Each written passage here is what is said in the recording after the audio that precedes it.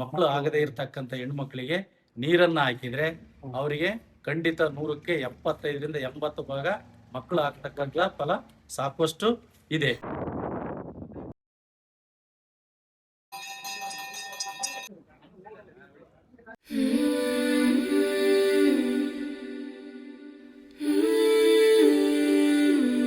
ನನ್ನ ತಮ್ಮ ಊರಿಗೆ ಬಂದು ಒಂದು ವಾರ ಆಗಿದ್ರು ಎಲ್ಲೂ ಕರ್ಕೊಂಡೋಗಿಲ್ಲ ಅಂತ ಬೈತಿದ್ದ.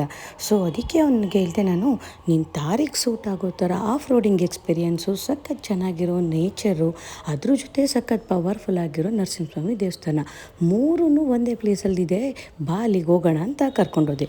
ಬೆಳಿಗ್ಗೆನೇ ಆಂದವೇ ನಾವು ಟಿಫನ್ ಮುಗಿಸ್ಕೊಂಡು ಹೋಗಿದ್ದು ಇಂಗಳದಾಳಿಗೆ. ಸೊ ಇಂಗಳದಾಳಿಂದ ಮುಂದೆ ಹೋದರೆ ನಿಮಗೆ ಜೋಗಿಮಟ್ಟಿ ಫಾರೆಸ್ಟ್ ಏರಿಯಾ ಸಿಗತ್ತೆ. ಸೊ ಫಾರೆಸ್ಟ್ ಏರಿಯಾದಲ್ಲಿ ನೀವು ನಿಮ್ಮ ಗಾಡಿನ ಎಂಟ್ರಿ ಮಾಡಬೇಕು. ಸೊ ನೋಡೋಕ್ಕೆ ವೆದರ್ ತುಂಬಾ ಚೆನ್ನಾಗಿತ್ತು ಅವತ್ತು.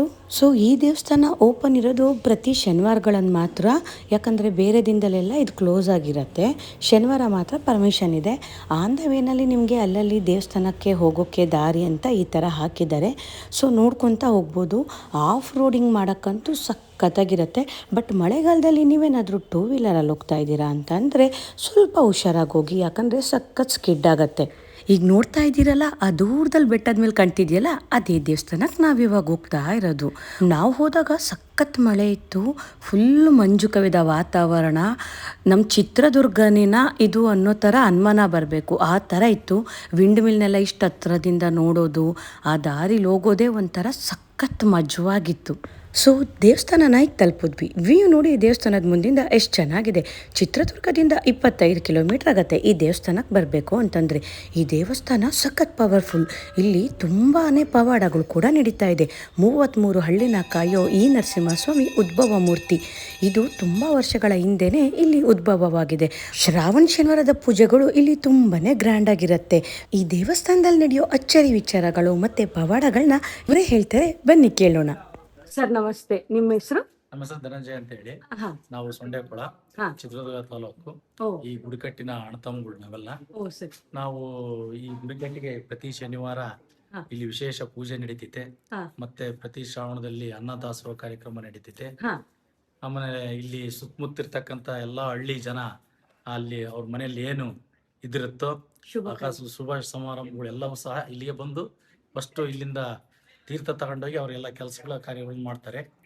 ಅನಂತರ ಇಲ್ಲಿ ಯಾವೇ ಸುತ್ತಮುತ್ತ ಹಳ್ಳಿಗಳಿಗೆ ಯಾವುದೇ ಒಂದು ಪ್ರಾಣಿಗಳು, ಆಕಳು, ಎಮ್ಮೆ ಅವೆಲ್ಲ ಕರು ಹಾಕಿದ್ರೆ ಫಸ್ಟ್ ಪ್ರಥಮ ಹಾಲನ್ನ ಇಲ್ಲಿಗೆ ದೇವರಿಗೆ ತಂದು ಕೊಡ್ತಾರೆ.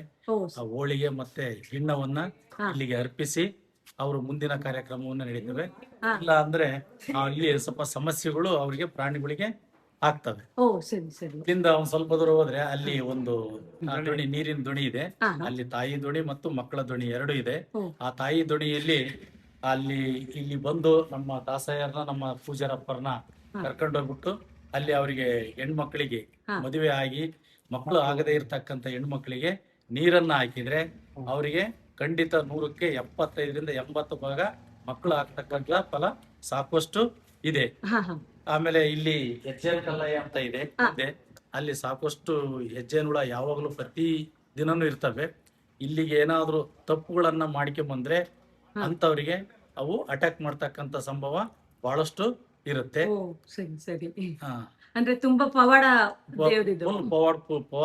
ಪವರ್ಫುಲ್ ದೇವ್ರು. ಬಹಳ ಇಲ್ಲಿ ಯಾವುದೇ ಅಂಟು ಮುಂಟು ಏನ್ ನಡೆಯಂಗಿಲ್ಲ. ಇಲ್ಲಿ ನಾನ್ ವೆಜ್ ನಡೆಯಲ್ಲ, ಏನು ನಡೆಯಲ್ಲ. ಇಲ್ಲಿ ಓನ್ಲಿ ವೆಜ್. ಹಾಗಾಗಿ ಇಲ್ಲಿ ಯಾವುದೇ ಕೆಟ್ಟ ಕೆಲಸ ಅಂತ ಕೆಲಸಗಳು ಯಾವುದೇ ರೀತಿಯಿಂದ ನಡೆಯೋದಕ್ಕೆ ಆಸ್ಪದ ಇರೋದಿಲ್ಲ. ಎಲ್ಲರೂ ಇಲ್ಲಿ ದೇವರ ದರ್ಶನವನ್ನ ತಗೊಂಡು ಇಲ್ಲಿ ಸ್ವಾಮಿಯ ಸನ್ನಿಧಿಯಲ್ಲಿ ಯಾರು ಸಹ ಪ್ಲಾಸ್ಟಿಕ್ ಕವರ್ಗಳನ್ನ ಮತ್ತೆ ನೀವು ತಿಂದಿರ್ತಕ್ಕಂಥ ಯಾವುದೇ ಪದಾರ್ಥಗಳನ್ನಾಗಲಿ ವೇಸ್ಟೇಜ್ ಅನ್ನ ನೀವು ಯಾರು ಸಹ ಇಲ್ಲಿ ದೇವಸ್ಥಾನದ ಆವರಣದಲ್ಲಿ ಹಾಕಾಗಿಲ್ಲ. ನೀವೆಲ್ಲರೂ ತಗೊಂಡೋಗಿ ಅದನ್ನ ತನ್ನ ಡಸ್ಟ್ಬಿನ್ ನಲ್ಲಿ ಹಾಕ್ಬೇಕಂತಲ್ಲಿ ತಮ್ಮಲ್ಲಿ ಕಳಕಳೆಯ ಪ್ರಾರ್ಥನೆ. Thank you sir, thank you. ಪ್ರತಿ ಶನಿವಾರ ಓಪನ್ ಇರುತ್ತೆ. ಬೆಳಿಗ್ಗೆ 9ರಿಂದ ಸಾಯಂಕಾಲ 5 ಗಂಟೆವರೆಗೂ ಓಪನ್ ಇರುತ್ತೆ. ನೀವು ಪ್ರತಿ ವಾರನೂ ಊಟನೂ ಇರುತ್ತೆ.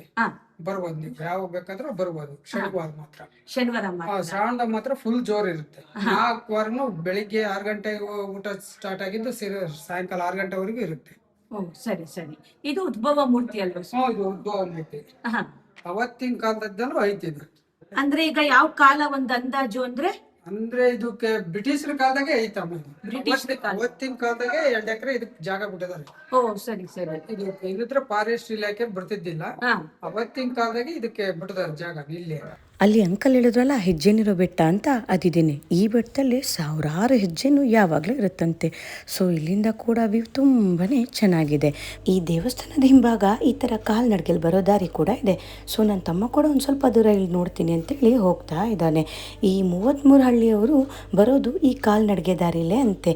ಸೊ ಈ ಸುತ್ತಮುತ್ತಲು ಹಳ್ಳಿಯವರೆಲ್ಲ ನಂಬೋದು ಈ ನರಸಿಂಹಸ್ವಾಮಿನ. ಇಷ್ಟು ಚೆನ್ನಾಗಿರೋ ಜಾಗನ ಗಲೀಜು ಮಾಡೋಕ್ಕಾಗೋದು ನಮ್ಮ ಜನರಿಂದ ಮಾತ್ರ. ನೋಡಿ ಎಷ್ಟು ಕೆಟ್ಟದಾಗ ಗಲೀಜು ಮಾಡಿದ್ದಾರೆ. ಅಂಕಲ್ ಹೇಳಿದ್ರಲ್ಲ ತಾಯಿ ದೋಣಿ ಅಂತ. ಸೊ ದೇವಸ್ಥಾನದ ಹಿಂಭಾಗ ಈ ಥರ ವಿಂಡ್ ಮಿಲ್ ಇದೆ, ಅದ್ರ ಹತ್ರನೇ ಇದೆ ಅಂತ ಹೇಳಿದ್ರು. ಸೊ ಇಲ್ಲಿ ತನಕ ಬಂದಿದ್ದೀವಿ, ನಾವು ಕೂಡ ನೋಡೋಣ ಅಂತ ನಾವು ಹೋಗ್ತಾ ಇದ್ದೀವಿ. ಸೊ 2 ಟೈಮ್ಸ್ ಬಂದಿದ್ದೀವಿ, ಯಾವತ್ತೂ ನೋಡಿರಲಿಲ್ಲ. ಈ ಸಲ ನಾವು ಬಂದಾಗ ನೋಡೋಣ ಅಂತ ಇಲ್ಲಿಗೆ ಬಂದ್ವಿ. ಸೊ ಇಲ್ಲಿ ಕಾಣ್ತಾ ಇದೆಯಲ್ಲ ಅದೇ ತಾಯಿ ದೋಣಿ. ನಾವು ಕೂಡ ಒಳ್ಳೇದಾಗಲಿ ಎಲ್ಲ ಅಂತ ಕೇಳ್ಕೊಂಡು ನಮಸ್ಕಾರ ಮಾಡ್ಕೊಂಡು ಬಂದ್ವಿ. ನೀವ್ಯಾರೆಲ್ಲ ಈ ಪ್ಲೇಸ್ಗೆ ವಿಸಿಟ್ ಮಾಡಿದ್ದೀರಾ ಅಂತ ಕಮೆಂಟ್ ಮಾಡಿ. ವಿಡಿಯೋ ಹೇಗಿತ್ತು, ನಿಮ್ಮ ಅಭಿಪ್ರಾಯ ಏನು ಅನ್ನೋದನ್ನು ಕೂಡ ಕಮೆಂಟ್ ಮಾಡಿ ನನಗೆ ತಿಳಿಸಿ. ಸ್ಟಾರ್ಟಿಂಗಲ್ಲೇ ತೋರಿಸಿದ್ನಲ್ಲ ಬೆಟ್ಟನ, ಈಗ ಅದೇ ದಾರಿಲಿ ವಾಪಸ್ ಬರ್ಬೇಕಾದ್ರೆ ಮತ್ತೆ ವಿಡಿಯೋ ಮಾಡಿದೆ. ಆಗ ತುಂಬಾ ಮಂಜಿತ್ತು, ಈಗ ಬಿಸಿಲಿರೋದ್ರಿಂದ ನೀಟಾಗಿ ಕಾಣ್ತಾ ಇದೆ. ಸೊ ನಾವಂತೂ ಸಖತ್ ಖುಷಿಯಾಗಿ ಸಖತ್ ಬ್ಲೆಸ್ಸೆಡಾಗಿ ಫೀಲ್ ಮಾಡ್ತಾ ಇದ್ದೀವಿ.